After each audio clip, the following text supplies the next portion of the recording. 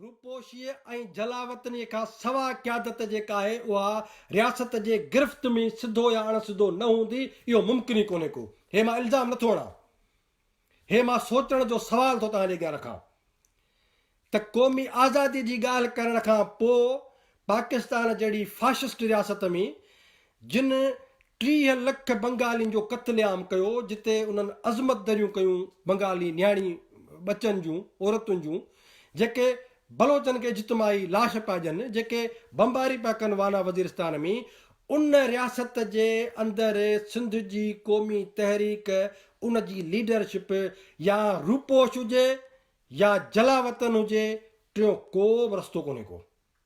हे मां इल्ज़ाम नथो हणां, हे मां तव्हांजे क़ौम जे बाशोर माण्हुनि जे अॻियां हिकिड़ो सवाल थो रखां, पर रियासत कंहिं तरीक़े सां पाबंदी जस्मम जे ख़िलाफ़ हणी, शहीद कया विया असांजा केडर, असांजूं क़यादतूं, मरकज़ी बॉडी, सेंट्रल कमेटी, हिकिड़ो दफ़ो न, बार बार शहीद कंदा रहिया ऐं हर भेरे जस्मम शहादतुनि खां पोइ बि उथी बीही रही।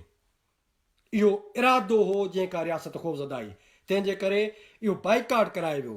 हाणे सुवाल आहे, रियासत पाबंदी हई त क़ौमी तहरीक जे बाक़ी समूरियुनि पार्टियुनि जे बि ज़हन में ॻाल्हि अची वई त इहे पाबंदी पियल आहिनि, माना इन्हनि बि पाबंदी हणी छॾी। छाकाणि रियासत पाबंदी हई आहे, इन जो मतिलबु आहे त रियासत इहो सबूत ॾिनो आहे त हे हक़ीक़ी तौर ते आज़ादी पसंदि ऐं हिन गैर फितरी फाशिस्ट रियासत जा दुश्मन आहिनि। जॾहिं रियासत इहो पाबंदी जो फ़ैसिलो कयो त सिंध जे क़ौमी तहरीक जे समूरियुनि पार्टियुनि क़यादतुनि खे त जस्मम खे त पंहिंजे दिलि में जॻह ॾियणु घुरिजे हा न, या इहो फ़ैसिलो करणु त हाणे जस्मम जे कंहिं बि प्रोग्राम में न वञिबो, न जेको आहे हुनखे दावत ॾिबी। इहो फ़ैसिलो, इन जो पस मंज़र छा आहे, इन ते बि ऐं उन क़यादत खे बि चवां थो तव्हां बि गौर कयो, तव्हांजा कारकुन बि गौर कनि ऐं सिंध जा बाशऊर माण्हू, दानिश्वर, अदीब, सहाफ़ी, उहे बि गौर कनि। छा इनकलाब ऐं आज़ादी का पार्टी आणींदी जंहिंजे ख़िलाफ़ पार्टीअ ते पाबंदी न हुजे, लीडरशिप ते पाबंदी न हुजे? हेड मनी मुक़ररु थियल आहे न मुंहिंजे मथां, रेड बुक जेको हिननि जो आहे, बार बार अञा ताईं बि हर साल हिनखे रिन्यू था कनि। तव्हां पढ़ो त केतिरा लख ऐं करोड़ जेके आहिनि हेड मनी मुक़ररु थियल आहे, सिर जी क़ीमत मुक़ररु थियल आहे शफ़ी बुरफ़त लाइ।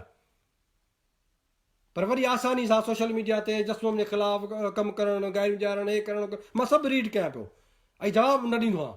छाकाणि त मुंहिंजे अॻियां इहा ॻाल्हि तइ थियल आहे त असांखे पंहिंजे अमल जे ज़रिए साबित करिणो आहे त जस्मम छा आहे।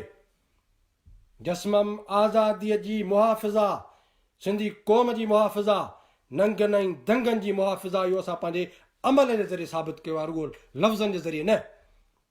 तंहिंजे करे मां वरी मोटी थो चवां त रियासत जी ॿी हिकमत अमली आहे त क़ौमी तहरीक जी सियासी ऐं अमली मर्कज़ियत जेका आहे उनखे मुंतशिर कयो, उन जा मुतबादिल ठाहिया अथनि। हाणे मुख़्तलिफ़ जमायतूं, पार्टियूं, सोशल फोरम आहिनि, फलाणो फोरम आहे, फलाणो फोरम आहे, फलाणो फोरम आहे। बाबा, इहा सिंध जे जदोजहद जे सियासी मर्कज़ियत ऐं सियासी जदोजहद खे, उन जो मुतबादिल जॾहिं मैदान ते ईंदो त सियासी अमल कमज़ोर थींदो। सियासी क़यादत खे मशकूक बणायो, उन जे सियासी जदोजहद जा मुतबादिल आहिनि, मुख़्तलिफ़ फोरम आहिनि। बाबा, हे मिसिंग पर्सन जे लाइ, लापता जे लाइ, फलाणो गुम थियो, फलाणो गुम थियो। असां पहिरें ॾींहं खां वठी मूं चयो पिए त बाबा, लापता जेके थिया आहिनि उहे कंहिं मक़सद ऐं जदोजहद जे करे थिया आहिनि। ॿकरियूं चारींदे केरु लापता कोन थियो आहे असां मां, ज़ाती झेड़े ऐं जेको आहे सो ॿारनि जे फछड़ीअ तां केरु लापता कोन थियो आहे। सिंध जी आज़ादीअ जे जदोजहद जे लाइ लापता थियो आहे। तंहिंजे करे अहिड़ो हिकिड़ो माहौल ठहियो जो सिंधू देश बि ग़ाइबु हो, साईं GM सैद बि ग़ाइबु हो, जदोजहद जस्मम बि ग़ाइबु हुई, लापता, मिसिंग पर्सन। बाबा, मिसिंग पर्सन छाजे लाइ?